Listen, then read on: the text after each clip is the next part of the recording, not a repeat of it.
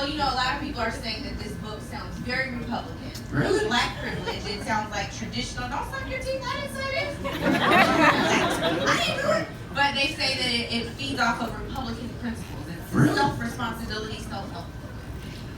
I mean, but I don't understand why that's like such a issue. Like, yeah, but don't we all have to be responsible for self in some way, shape, or form? That's Like, not what they mean by that. That was cute. That's not what they but mean it's, by that. I mean, that's the way I look at it. Like, we all have to have accountability for ourselves. Like, nobody is going to do anything for us. They're just not. Like, you do have to go out there and get it for yourself. I think it was Outkast and Goody Mob song when they was like, you need to get up, get out, and get something. Don't let the days of your life pass by. Like, that was the motivation for me. Or like, TLC, no scrubs. Like, I didn't want to be that dude in the passenger side of my best friend's ride. Like, I talk about that in the book. My cousin Dana was like, yo, you a scrub. You just like what T-Bob and Chili talking about. Like, that made me want to go out there and get it. Like, to me, that's not, what they call it, respectability politics. That's not that to me. That's life. Yeah. Like, you do have to go out there and get it. Okay. So, Give me up. So, speaking of passing you around, there's a picture on the internet that the people said that's you, and it's got your face on it with your butt tooted up. Nah, my ass ain't that fat. That ain't me. I know the picture you talking about. That ain't So I had to ask again. These are petty questions, but here's the thing. I'm joking, but I think this is a good example of homophobia existing in some of our families, in our households, and the reason why you talked about getting passed around by your cousins is because they were trying to beat it off you just in case it was there. Yeah, absolutely. So this is, I mean, it's something that our folks often struggle with. And you talked about evolving. Do you think that you're homophobic in any way? No, I can't. Well, I might be the only person who's literally everything online. Like, you'll hear somebody say Charlamagne's gay, then you'll say I'm homophobic, then I'm an Uncle Tom, or then I'm a racist. Like, I'm the only person that's everything, but I'm definitely not homophobic. I mean, I talk about that in the book as well. Like, the first person who ever hired me in radio was a gay man. His name was Haji Jenkins. This was in 1998, 99 in Charleston, South Carolina. So, like, that's just a part of, like, I'm too dumb to be closed-minded. So, like, for me, I've always subscribed to what Martin Luther King Jr. said. He said, you know, you judge people by the content of their character. At the time, he said, judge them by the content of their character, not the color of their skin. I feel like you got to expound on that in 2017 and say, don't judge people by their skin color, their religion, their sexuality, their gender. Like, if you're a good person, you're a good person. If you a fuck nigga, I don't want to deal with you, like, for lack of a better term. Right. Yeah. Well, I wanted to give you the opportunity to explain all those sides. So, yeah, there is this alleged... Did you bleach your skin? Not at all. I did go start seeing a dermatologist though, named Dr. Natasha Stanley, a sister from the UK, and she just taught me how to take care of myself better. So it was like I had a bunch of stuff going on. I had skin discoloration, I had like dandruff in my face, I had inflammation. So she just basically taught me how to take care of myself from the inside out. So there's a difference between lightening and brightening, right?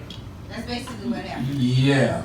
And I so got, for the yeah, people brightened. who said that they, okay. For the people who want to figure out how to fix their skin, how to have the Charlamagne glow, get the one to three steps. What do they do? Well, you gotta have some extra money because she doesn't take insurance. That's number one. And number two is just, like, it's really nothing I ever thought about. Like, it's just that she walked up on me one day and was like, I can get rid of all that. And I'm like, what's all that? And then, because, you know, in my mind, I'm not thinking anything of it. I'm like, hey, this is me. And so when she said that, I just started going to see her, and I actually just liked the results. I liked the way it made me feel, especially, you know, the diet plan I was on. I lost like 30 pounds. So you also started eating different. Yeah, eating different, a lot more greens, drinking a whole lot of water, don't really mess with the fast food too much. So I just realized that it was making me feel better. And I think that's part of growth and evolution as well. I think that we should always try to be the best versions of ourselves, physically, mentally, spiritually, everything. Okay, number 6 of the Black Privilege Principles is to live your truth. Absolutely. When you think about that, and you think about how you walk out every day, what does that look like for you? How do you live your truth? It's living your truth, so nobody can use your truth against you. Like, I'm just I strive to be open and honest about everything. Like I can't hide anything. Like, you know, like even with the skin thing, it's like if you see me and you can clearly tell that my skin ain't discolored no more, and it's brighter, I gotta have that conversation. I not only got to have the conversation, I gotta bring Dr. Sandy on the radio to let y'all know what I've been doing, because, you know, especially for us, we live our lives in front of the cameras all of the time. So I would just rather tell you what's going on in my world as opposed to somebody taking it and trying to use it against me. The example I give in the book is with that whole "can I get a drop" situation. Like when the dude tried to jump me in front of the station with the cameras. It's like, I know somebody was trying to use that to embarrass me. That would have worked if I hadn't ran from the street into the building, right to the studio, right on the microphone to talk about those dudes trying to jump me. And I didn't exaggerate the story. That t-shirt was more embarrassing than you getting punched in the head.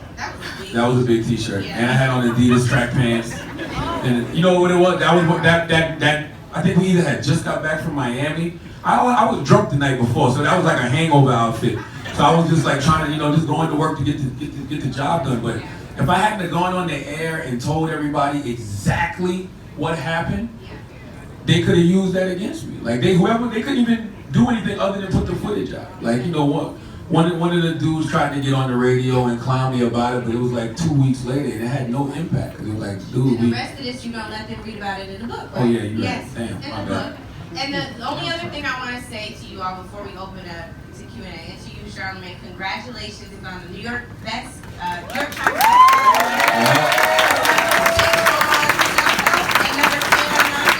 No, it was number 6 on nonfiction hardcover last week, and it was number 10 on nonfiction hardcover this week. So that's actually a big feat. Like I had an author hit me this morning, a very respected author. He goes, "Man, I love seeing your black ass amongst all of these boring white people." And he's a white person, by the way.